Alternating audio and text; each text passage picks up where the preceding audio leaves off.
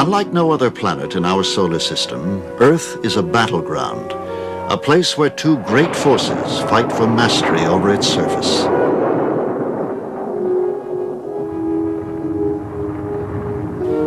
Beneath its crust boils a cauldron of molten rock.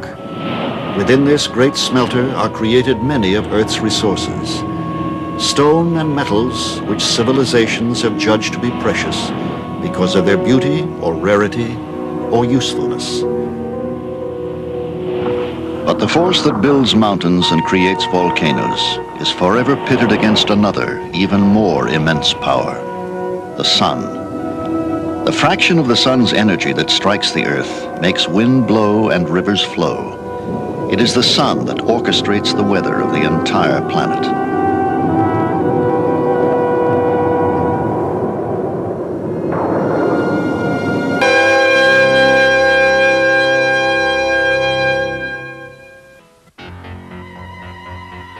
"93 million miles from Earth, a great burning ball of gas warms our planet.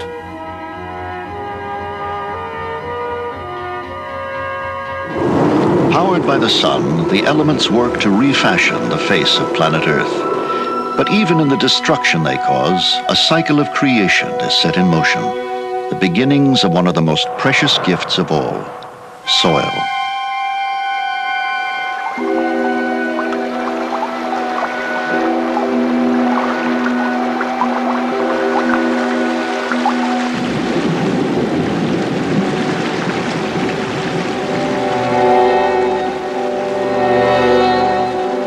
The backs of mountains are broken into rocks and sand and clay.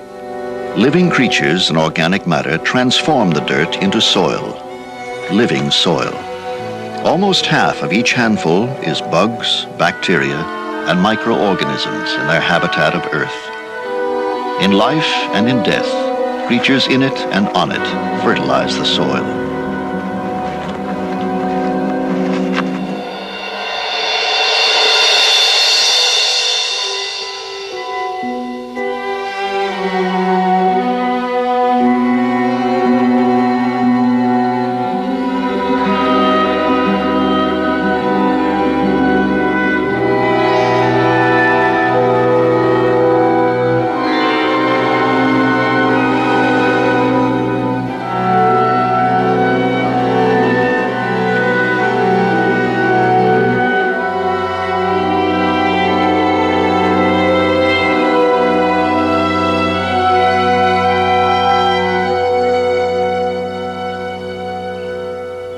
Most soil evolves from the weathering of bedrock. But here in the young volcanic earth of the Hawaiian Islands is a most unusual story.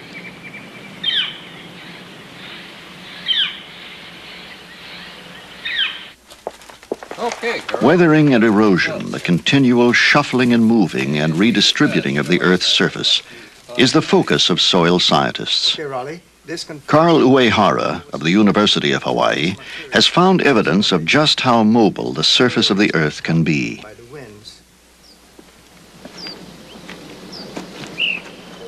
In parts of Hawaii, the soil is enriched by a gray clay, found to be 100 million years old.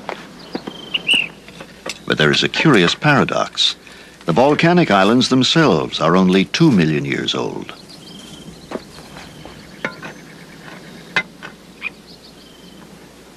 We suspect that this gray layer is the material that is blown in from the Asian continent and is scrubbed out of our atmosphere by heavy rainfalls. The significance of this material is that it is very rich in potassium and is the means by which much of this vegetation in this area received the potassium for its nutrition. And so these young tropical islands, in part, owe their fertile soil to the dust from an ancient desert in China, far across the sea. At the end of the Ice Age, the soil in western Tennessee was formed from material deposited by colossal dust storms.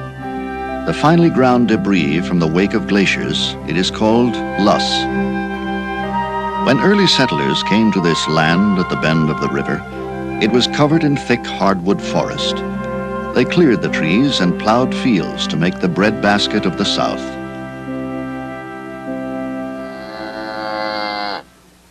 Today, the land is still rich and productive, but it is also victim to severe soil erosion. Each year, over 10 tons of precious topsoil is washed or blown away from each acre of cropland. At that rate, Tennessee loses 1 inch of soil every 25 years.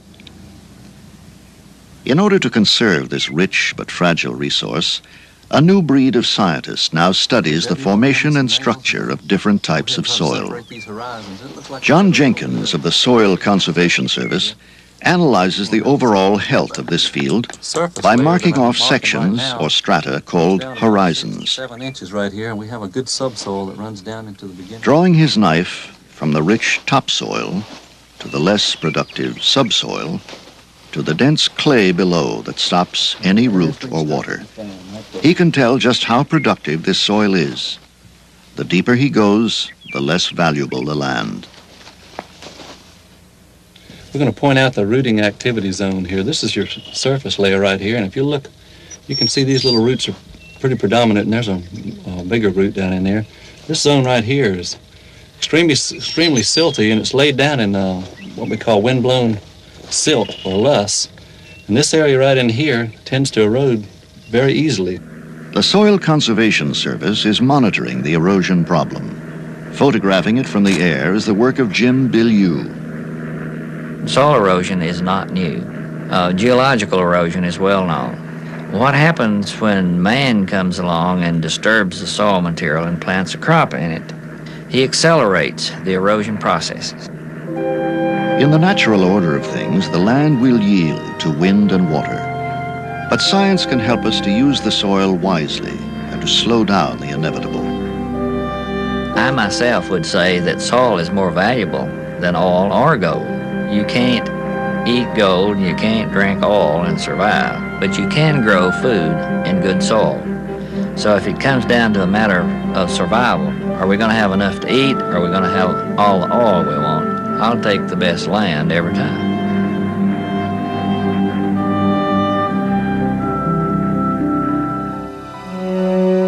In the mountains of India begins a drama of sun and water. The sun, ultimate arbiter of nature. Not all the erosion caused by its power is for ill. High in the Himalayas, in snow and ice, the river Ganges begins its journey. Water, that liquid essential to life, is sacred in this river. The sacred waters of the Ganges tumble down from the mountains to begin their long descent. To Indians, it is the river of life, and the entire drama of this world is played along its course. As they carve their way through valley and plain, the sacred waters carry organic flotsam, silt, and sand. Where the river meets the sea, much of this matter is trapped together in the huge fantail of the Ganges Delta.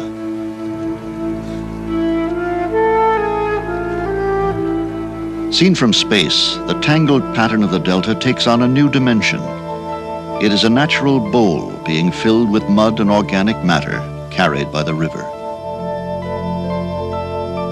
The deltas of rivers around the world are places of natural alchemy. In these environments are created coal, oil, and natural gas. The Mississippi River, liquid highway and watershed for the heart of North America. In its delta is deposited the outwash of a continent. Over millions of years, sediments have piled up 10 miles thick beneath the muddy waters.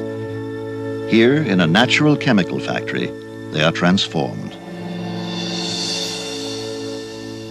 In the geological magic of a sedimentary basin, organic matter is trapped and accumulates before it has a chance to decay.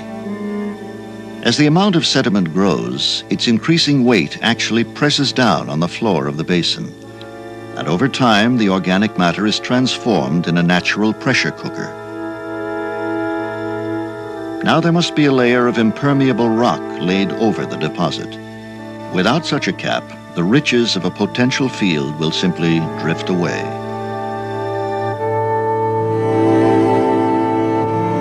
As the mighty river flows, the cycle continues. The fossil fuels of the future being formed even as we mine the living matter of the past.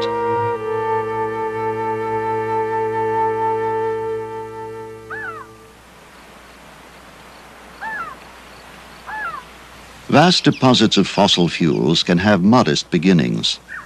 This cedar swamp in Maine may one day be a coal field.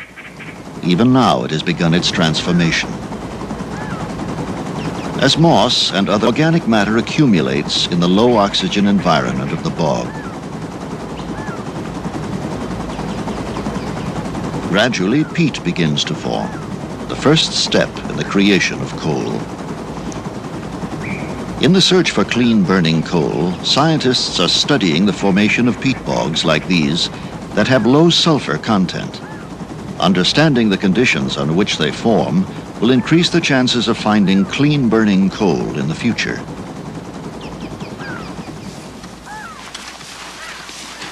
Station 4000. Past her 70th birthday, Cornelia Cameron has mapped peat bogs for the U.S. Geological Survey for the past 30 years. Because the summer months mean slogging hip-deep through the mire, her work in Maine begins early in the spring, while the surface is still frozen. It's much easier for traveling. Once through the ice, she uses a coring tool of her own design to sample the thickness of the peat.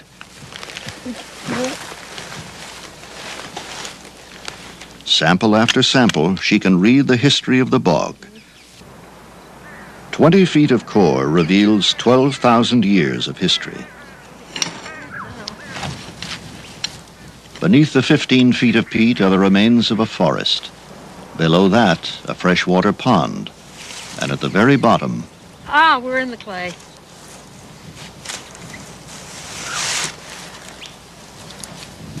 The sticky clay was laid down at the end of the last ice age. The sea followed the retreating glacier, flooding this part of New England.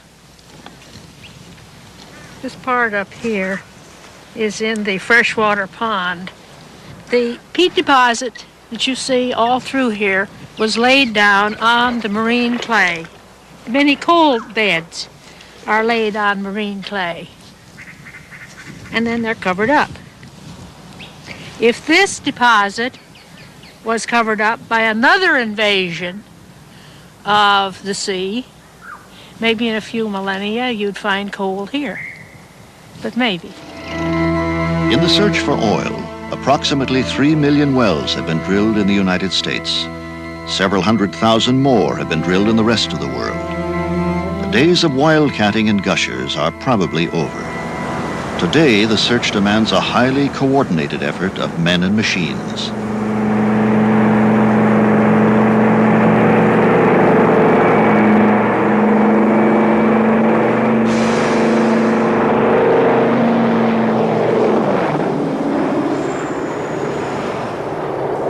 Beyond the edge of a continent is a search for oil. 200 miles off the coast of Newfoundland. It was not far from here that the Titanic, the ship that couldn't be sunk, collided with an iceberg and went down on her maiden voyage. These semi-submersible rigs are floating outposts, staffed with crews of over 100 people. Their immense legs contain drinking water, a power generator, a sewage treatment plant, even a small gymnasium. The platform floats in a frigid sea, its ballast constantly monitored and adjusted by computers.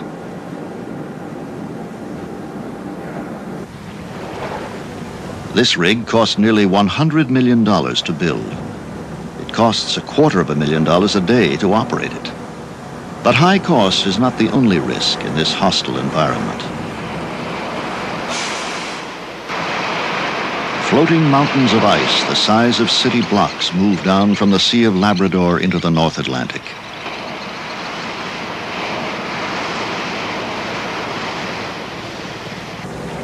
For the past 54 days, this rig has not been able to drill because of sea ice and the menacing presence of icebergs. If an iceberg should collide with a drill rig, it would be certain disaster.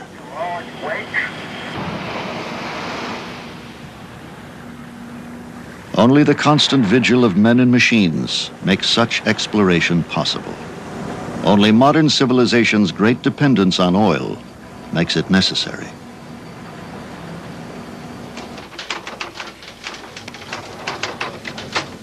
The long search for oil begins in offices and research laboratories, where science plays a crucial role. Core samples from around the world reveal the histories of ancient environments. They are layers of time etched in stone. Using information from a special satellite, scientists can now learn what hides beneath the surface of Earth and locate places where valuable resources like oil might lie. Guided by a map of the sedimentary basins around the globe and drawing on their knowledge of plate tectonics, petroleum geologists like Don Ziegler and Kerry Mrozowski lead the search. Of the some 600 known sedimentary basins around the world, only about 125 have produced oil or gas. The educated guesses of these men carry high stakes. In the plate tectonic scheme, the breaking up of the continents, one of the key ingredients is that when the continents split apart, they break on about a 120-degree angle. And one of the breakages will take over, and the other breakage that is left behind is called a failed arm. And because it was a rifting area and subsiding area, it captures a lot of sediments, and it becomes a site that can be very favorable for oil accumulation. The Sudan in Africa. There are no clues on the surface that beneath the scrub forests and arid landscapes, there might be the structures that trap oil.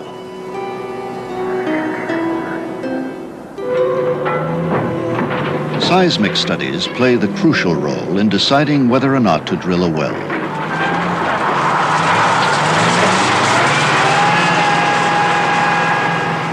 Like sonar, seismic devices probe the Earth with sound. A cross-section portrait of the Earth is gathered from the reflected waves of an explosive charge.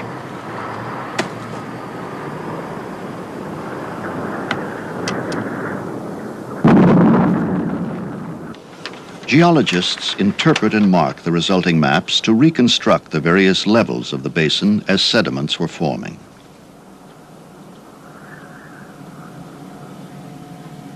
In the research laboratory, wall map and pens are aided by the very latest technology.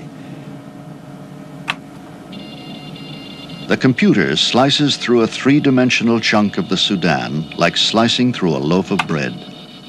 Each red line, or picking, isolates information that is used to construct a three-dimensional picture of the subterranean world. Like geological time travel, the computer peels back the skin of Earth to reveal part of an ancient freshwater lake. Once flat, it has since been tilted. The slope is color-coded by the computer, from red at the higher end to blue at the lower. It is an environment that could have trapped oil. The tools of science have revealed what human eyes could never see. An important decision is made.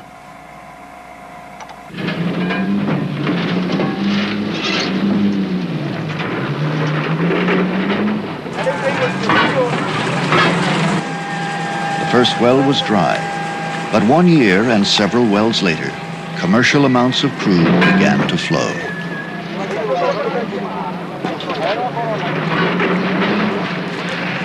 The exploration in the Sudan is a success, but it is also a preview of the future, a future that will require all the knowledge and tools of science.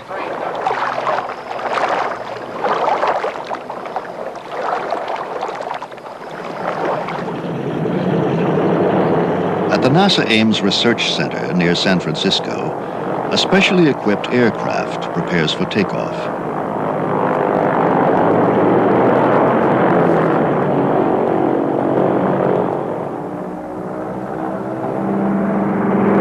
The converted C-130 is equipped as a flying laboratory to test and develop a new generation of exotic instruments. There's a gravel pit out here. We want to Scientists know these machines by the general label remote sensing, instruments that see beyond the range of human vision. Developed as sensing devices to radio back information from other planets, these machines provide valuable new insights about the surface of Earth.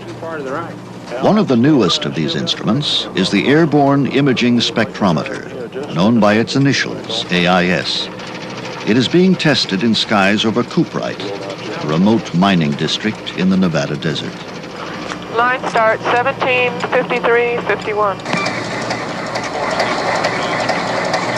Started at 245. AIS can take pictures of the ground at many different wavelengths beyond the range of human vision.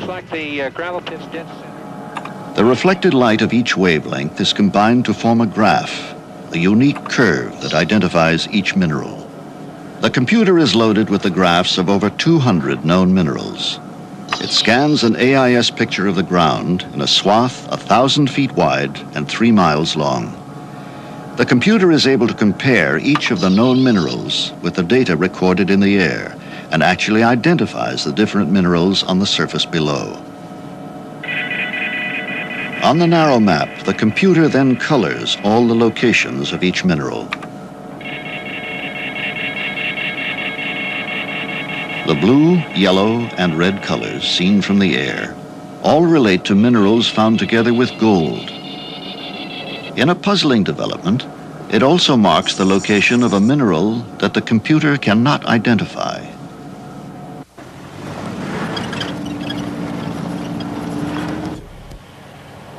Guided by the computer-drawn map, two scientists, Alexander Getz of the Jet Propulsion Laboratory and Greg Vane, make the long, dusty trip to Cuprite to look for a sample of the mystery mineral.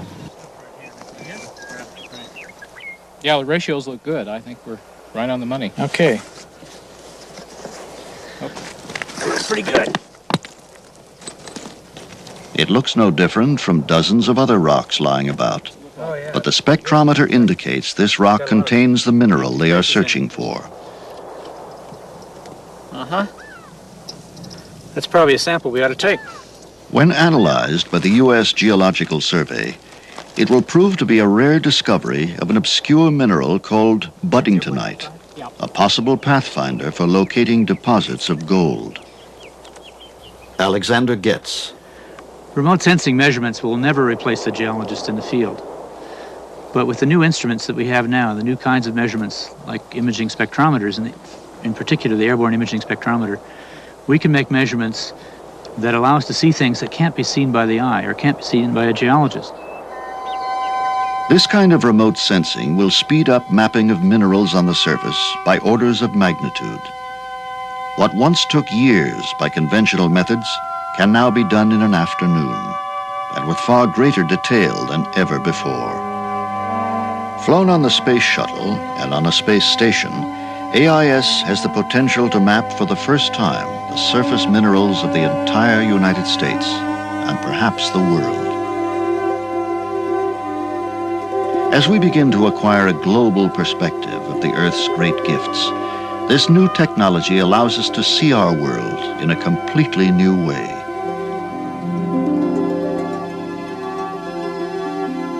Probing with electronic eyes, satellites reveal the face of an Earth at once familiar and unexplored. We know little of what lies beneath these rugged landscapes and icy terrain.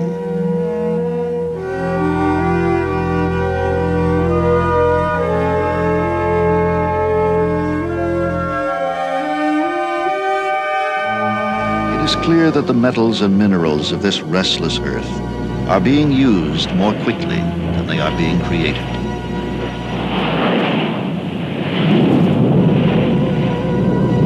If civilization is to continue in its present form, the search for new discoveries will go on, possibly even beyond our own planet.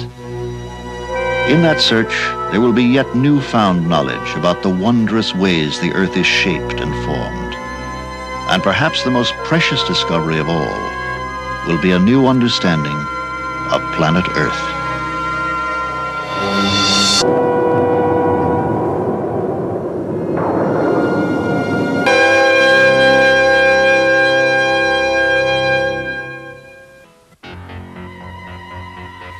93 million miles from Earth, a great burning ball of gas warms our planet.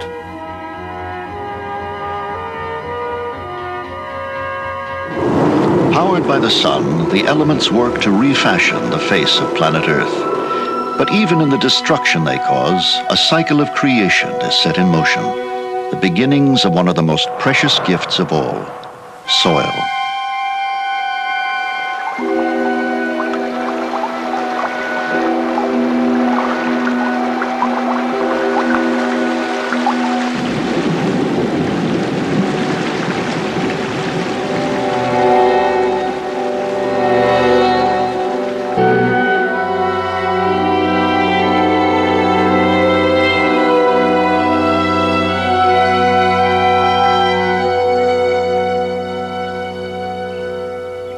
Most soil evolves from the weathering of bedrock. But here in the young volcanic earth of the Hawaiian Islands is a most unusual story.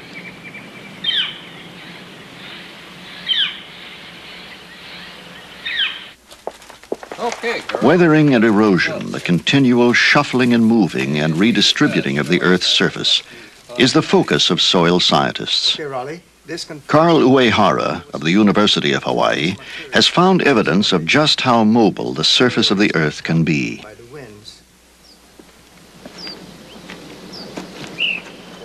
In parts of Hawaii, the soil is enriched by a gray clay, found to be 100 million years old. Unlike no other planet in our solar system, Earth is a battleground, a place where two great forces fight for mastery over its surface.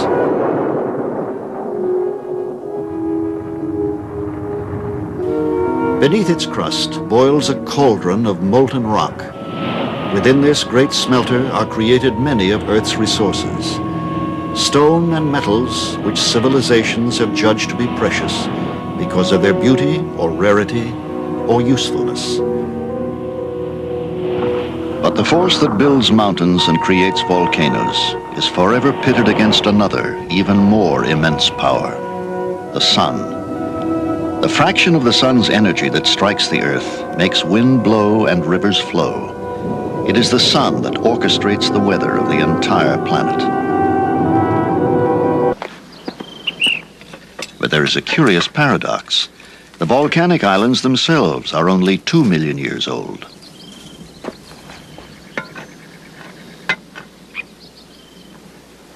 We suspect that this gray layer is the material that is blown in from the Asian continent and is scrubbed out of our atmosphere by heavy rainfalls. The significance of this material is that it is very rich in potassium and is the means by which much of this vegetation in this area received the potassium for its nutrition. And so these young tropical islands, in part, owe their fertile soil to the dust from an ancient desert in China, far across the sea. At the end of the Ice Age, the soil in western Tennessee was formed from material deposited by colossal... The backs of mountains are broken into rocks and sand and clay. Living creatures and organic matter transform the dirt into soil, living soil. Almost half of each handful is bugs, bacteria, and microorganisms in their habitat of Earth. In life and in death, creatures in it and on it fertilize the soil.